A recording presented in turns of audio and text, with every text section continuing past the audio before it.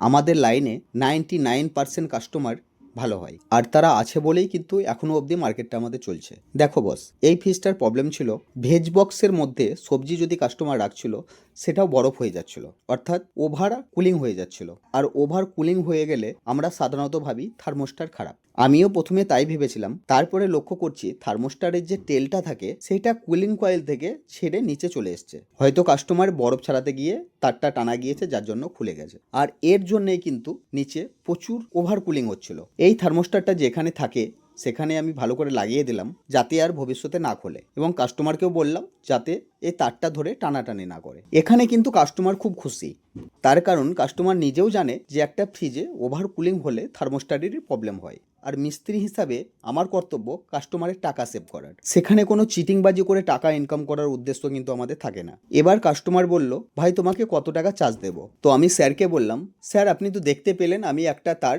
Just খুলে গেছিলো সেটা লাগালাম, আপনি আপনার ইচ্ছে মতো দিন। কাস্টমার কিন্তু নিজে থেকেই আমাকে 300 টাকা দিয়ে দিল। কি হিসাব করে দিল? 100 টাকা তোমার তেল খরচ, 200 টাকা তুমি রাখো।